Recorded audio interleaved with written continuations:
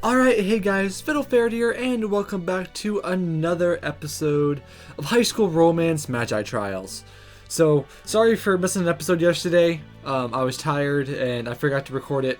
And I almost forgot to record today as well, but I could not leave you guys on a cliffhanger for too long. I feel bad enough as it is, so let's go ahead and get right into the game. But before we do that, I was given a suggestion by a friend of mine that I should press V when I'm in the game. I don't know what that means, but he wanted to see my reaction, so let's go ahead and try it. Self-voicing enabled. Exchanging a glance, the both of us creep slowly toward the door and press our ears to the wall. I mean... oh... Self-voicing enabled. I mean, I'm not gonna lie, I was like expecting something like sexual to happen, and I'm not sure if I'm disappointed or not, because that's hilarious. So what do you guys think? Do you want a whole voice, a whole playthrough like this? Can you imagine if I just sat here all day and just did this? I can't hear the words, but the voice sounds familiar. Oh my god, I can't. Self-voicing disabled. Yeah, sorry, thank you, man, for the help. I think I can handle it. Wow. Jeez. That would be hilarious though. Can you imagine just sitting through a whole playthrough of just that? I don't think I could. Anyway, thank you. Thank you, Ollie, for the suggestion. But I think I'll go ahead and just do it myself. Thank you very much. Anyway, guys, let's go ahead and get back into this. And like our little voice friend just said, I can't hear the words, but the voice sounds familiar. Sounds like the Master Mage Armin, doesn't it? We both stare at the door intently, trying to overhear, but they speak too softly. Now's our chance. She sighs as she starts to peel off the magic. It feels weird, but a thin layer of tape being slowly pulled off my skin. I think 50% of my vision comes back, which is nice. No longer looking through the canopy of shadowy thick eyelashes. Never mind, Sophie. I'll return later. We listen until the sound of Magi Shearer's footsteps trail away down the corridor, and I take a gasping sigh of relief, then get smacked upside the head. Seriously, what's your damage? You acted like you were trying to bury a body in here. Hey, I would have been way more composed if we were burying a body. So murder is cool, but wearing makeup is a no-no.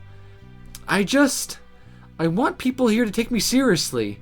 And no one will if I wear stuff like this. Magi Shearer doesn't. Sure she does. It's just really subtle. Do you really think that flawless, wrinkle-free complexion is natural? It could be. She sighs, her hands going to her hips. Now I've done it. If you really think wearing makeup is going to affect your chances here somehow, maybe that says something more about your talent than it does about makeup. Something to think about. She closes the door behind her as she leaves, leaving me gaping after her. Usually I'd consider our banter aggressively playful, I guess. She's only tried to set me on fire a couple times. In terms of my previous relationships with girls, that's a step into the right direction.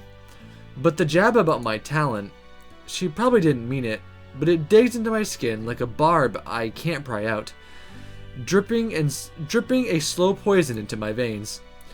I'm not good enough now. I'm not delusional enough to think that. But I can be. I'm sure that I can be. The more I think on it, the more indignation rises in me. I'll show her, once I figure out how. I pace my room. Shearer gave us some reading to do tonight, but I shoved the thought away.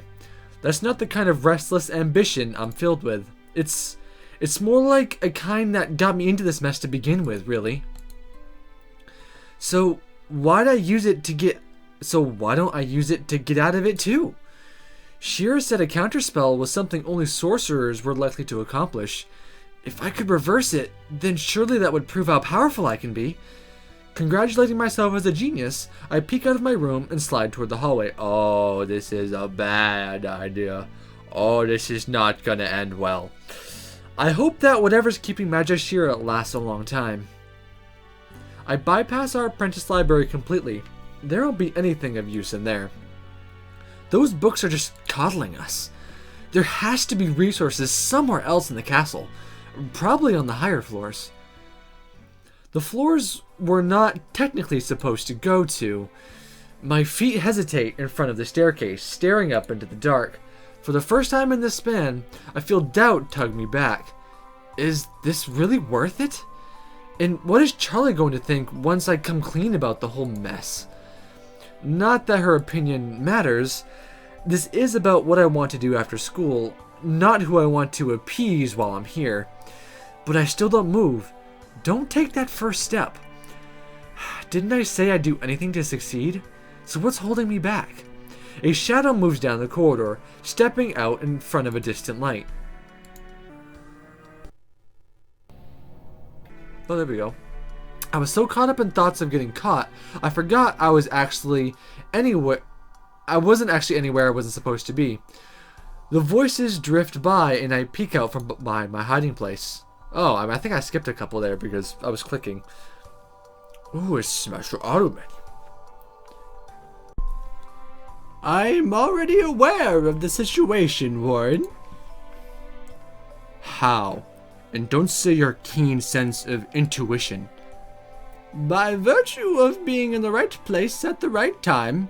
Not everything needs a supernatural explanation. Then what are you planning to do about it? For the moment, nothing. Nothing? A clear breach of magical law has taken place here, and you're going to stand idly by. And what would you have me do, Warren? Round up the guard and march them through the halls? The old man gives a dry, croaky laugh. You're too rigid, but I suppose I couldn't expect that to change now, could I? She has no place here and should be thrown out of the school, just like everyone who committed such a crime. That isn't me. Oh, this is still Warren. That isn't me being rigid. That's me being pragmatic. Throw who out of the school? They can't be talking about me, can they? Master Warren, how would he have known? Oh, gods. Orman, he saw me in the library. Oh, it is the same guy. I was using the same voice. I didn't even realize it was the same guy. The right place at the right time? He must have realized what I was doing and then... The Master Mage sighs wearily. Perhaps you're right. But for now, take no action. I will decide how to deal with this. They're going to kick me out. I'm doomed. Hell, if Warren gets his way, then I might even be arrested. What am I supposed to do? Oh, the time has come. We don't, Charlie, girl, we don't need you. Because we don't need a girl. We need a woman. We need to talk to a real woman, and that woman, Ashira. I wait until they're out of sight and earshot, and then push myself out of the lecture hall. Ashira. I have to find Magi Shira. I have to tell her. My search is a desperately blind one. I go to her office first. Empty. The dining hall. Empty. She's gonna be in our room. Even our classroom, though there's no reason she would be in at this hour. Where is she? What if she got fired? What if she's already being detained and questioned about her involvement in my stunt? Oh no. Oh crap. I'm so screwed. Sophie? The voice cuts through my panic attack. I nearly throw myself toward her, coming just short of grabbing her by the arms. Magi Shira, what are you doing here? I came back to your room for the nightly ritual, as usual, but you weren't there. I admit I was a bit concerned. I wasn't sneaking off again. Okay, I was, but I didn't. That's an important distinction for me, but not one Shira needs to know about. I was looking for you. I think I'm in trouble. What sort of trouble? The legal kind? Maybe. Expulsion at the very least. Expulsion?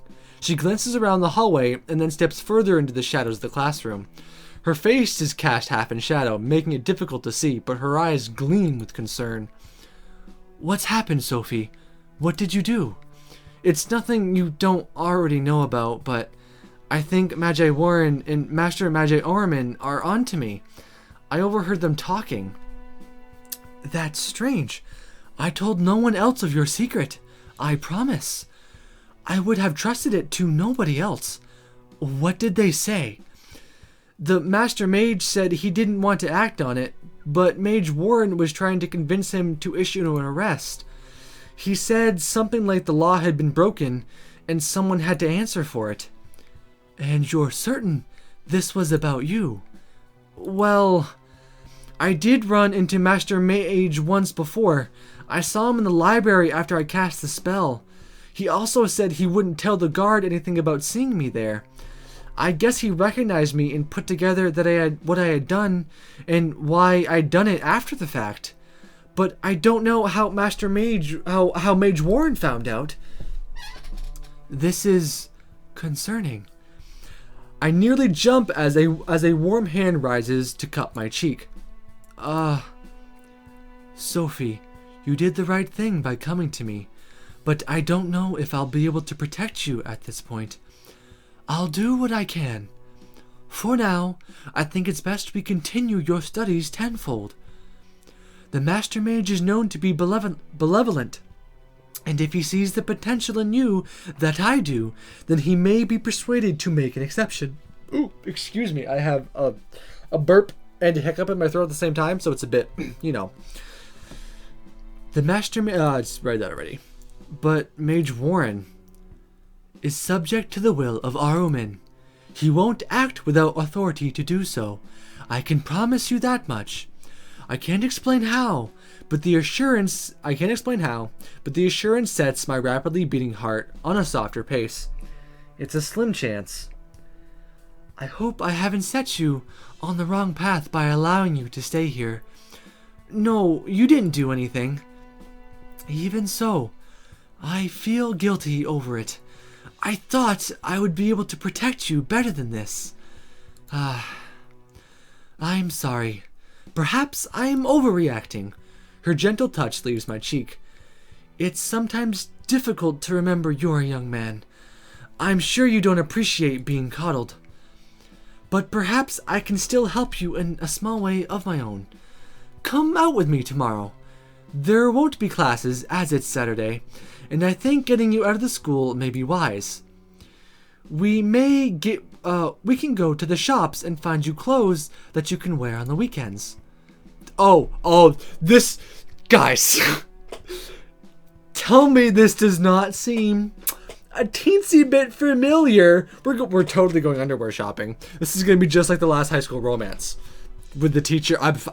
My body is ready.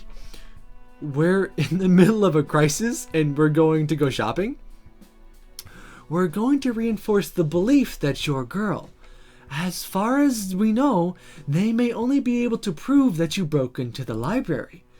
If you used a spell is merely speculation unless they can prove it. Getting ahead of any potential extra charges is important right now. If this matter should be investigated. That's pretty smart, actually. Well, they didn't make me a teacher here for nothing. She smiles at me warmly. Come on, let's get you back to your room and get a decent night's sleep in you. You're still shaking a little. I glance down at my hands, my fingers trembling beyond my control. Oh, I didn't even notice. It must have really scared you. She helps me slide out of my clothes, putting them aside. As it turns out, once you get naked in front of someone once a day for about a week, it starts to lose its strangeness. Even when that someone is your unreasonably hot teacher. She begins the familiar ritual, even though the thought of it makes me calmer now, knowing the peace that follows it. The ritual starts to muddle my mind quickly, layer after layer of consolation and peace spreading through me. I really need a drink real quick, guys, so Carry on while I just sip right here. There we go. My throat was really going the wayside. There we go. It muddles my inhibition. Why are you so nice and private? I realize how the words sound, thick and strung together. If they were printed on a page, they'd be blurry. But my tongue keeps forming them anyway. Sometimes in class, I think you might just throw me through the nearest window. Especially that one time I was late. She laughed softly. I have to maintain high expectations for you. Anything else would be a disservice. Perhaps sometimes we have to pretend to be one thing when we're really the other. Maybe it's not fair, but that's the way things are. I blink up at her tiredly as she drapes the covers over me. Don't worry about my contemporaries for the time being. I'll be keeping an eye out for you. I think a morning of sleeping in will do you good. No need to keep a tight schedule. Come meet me in my office whenever you're ready. That I heard those instructions at all was a miracle. I think I'm drooling on myself before she even leaves the room. I hope I'm not. Rising sign, pancakes. Pancakes? I'm kind of hungry, in case you couldn't tell. Let's go before all the freshies eat up all the syrup. Charlie, you're a freshie too. Not technically. Then the freshies outrank you. Look, I'm just practicing senior seniority for when it finally happens, okay? I drag my pillow over my head and block out the oncoming headache. It's the weekend, Charlie. It rhymes with sleep in for a reason. I didn't realize that. I'm totally using that from now on. Oh, sure. She can play tongue twister, but she can't drag herself out of bed for food. Suit yourself, though. I'm going to breakfast, and you're going to go hungry. I'm sure you won't live to forget that. It's not until after she's gone that I remember I have plans today. I might be falling asleep in it instantly every night, but I still haven't gotten the hang of waking up that way. I move through the morning routine like a robot doing its best human impression. Acquire shampoo. Apply shampoo to head. Unknown substance detected. Acknowledged label that says body lotion. Error, error, error. By the time I finish ungreasing my hair, there's a knocking at my door. Just a second. I can come back later if you want. No, I'm ready. Hi, Sophie. I brushed off my dusty clothes as she walks in. Once we get you some decent clothes, you won't have to go around in this all the time. She tugs meaningfully on the sleeve of my school jacket. And you're sure this will take some of the suspicion off of me? I'm sure it's the best I can do for you, under the circumstances. I've made Charlie busy for the rest of today, so consider this a time where we can talk openly. Come on. Let's go before the streets get too crowded. And just like that, Magi Shira has transformed once again out of the strict teacher persona and into someone nice and approachable. It puts me at ease, strolling along like this together. From a distant square, music drifts through the streets and mingles with the sound of voices. I nearly press myself against every window as we pass by, taking away a small slice of this crazy, vast city. Toys spin and dance behind the glass. Candy rotates on display tables. A man works a mound of dough, working it vigorously with his hands white with flour. In the next window, a posed busty mannequin has been charged to move, showing off a collar and of expensive fur and waxy cleavage. And I nearly trip over a vomit-covered homeless guy passed out in front of the store. This is the best place ever! Magi Shira steers me delicately around the man. She guides me into a shop and distracts me with the intimidating notion of picking out clothes. I'm calling it. This is so reminiscent. That brings me back so much. Girl clothes. Ugh, why is everything gendered? Even the robes are gendered. Why? It's just a fancy dress that we don't call a dress. At least I can buy some underwear that actually belongs to me. I mean, is that what you actually want? I mean, don't mind me, ladies and gentlemen. That wasn't creepy at all. I've never had to buy underwear that had lace on it before.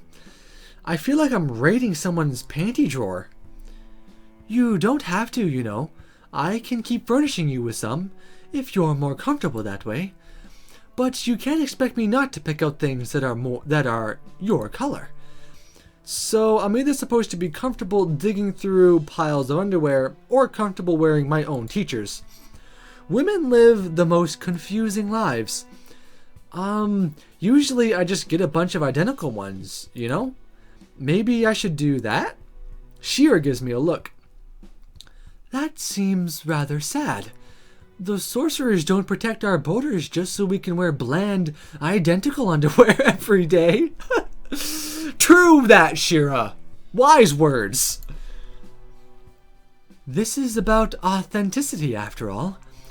The more feminine, the better. Look, aren't these cute?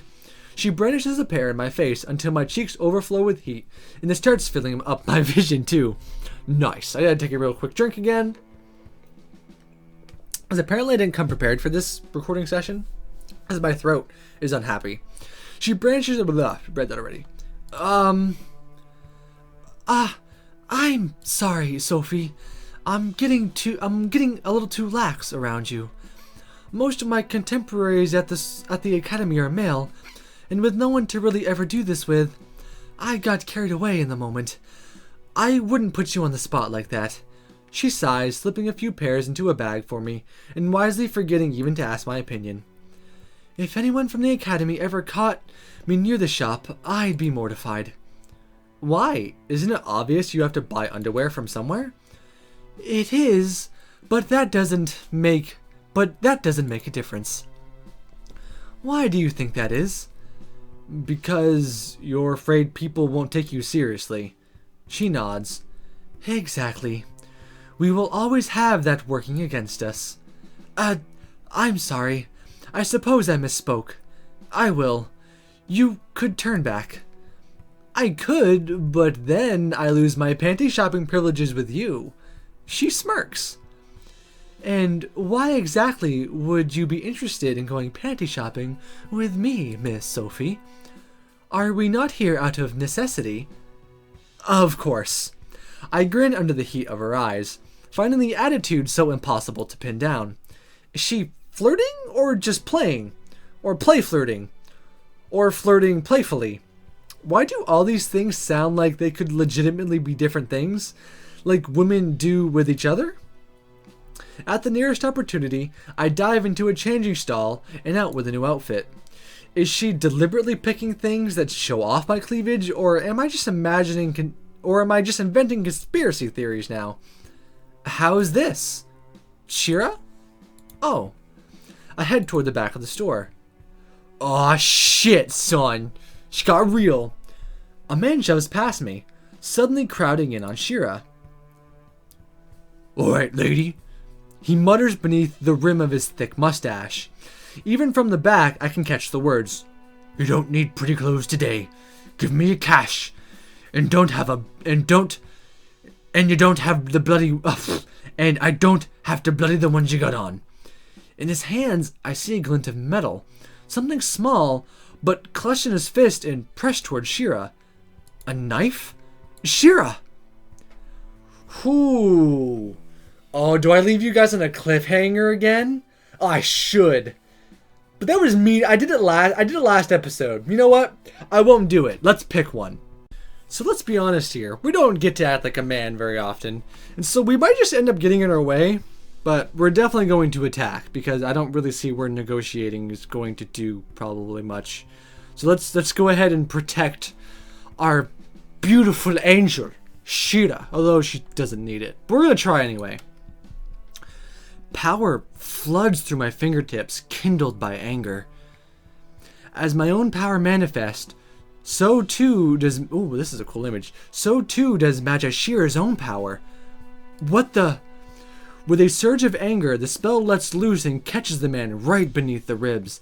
He stumbles backwards, sprawling helplessly across the floor and gasping for breath. I deny him that.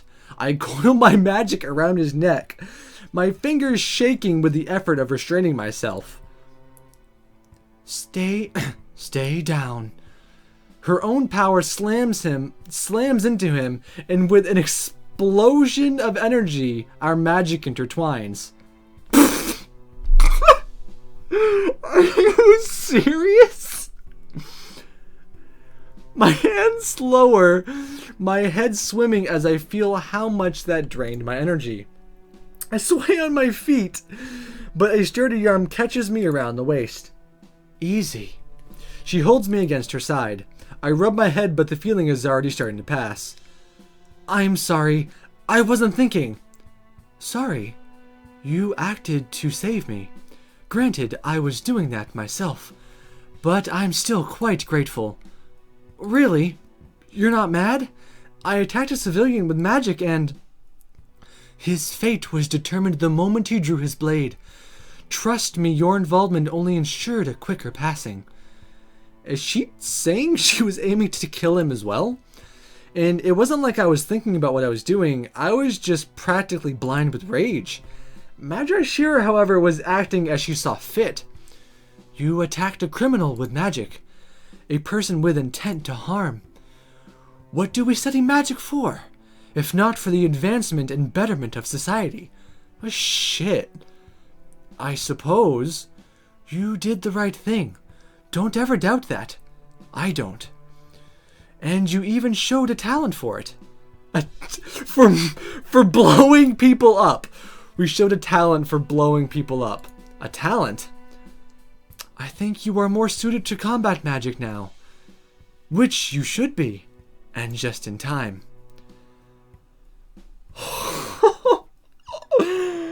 Oh, that was kind of creepy. I'm not gonna lie, that was a little creepy. But doesn't care. I still love my little honey badger, but that was unexpected. Alright, well anyway guys, I think we're going to cut that one off there, and we'll bring it back next time. Although, were we done panty shopping? That's disappointing. I wanted to try more clothes. Ah well, we'll come back to that later. Anyway guys, I'm a Fatal Fair, and I will see you back on the prowl next time.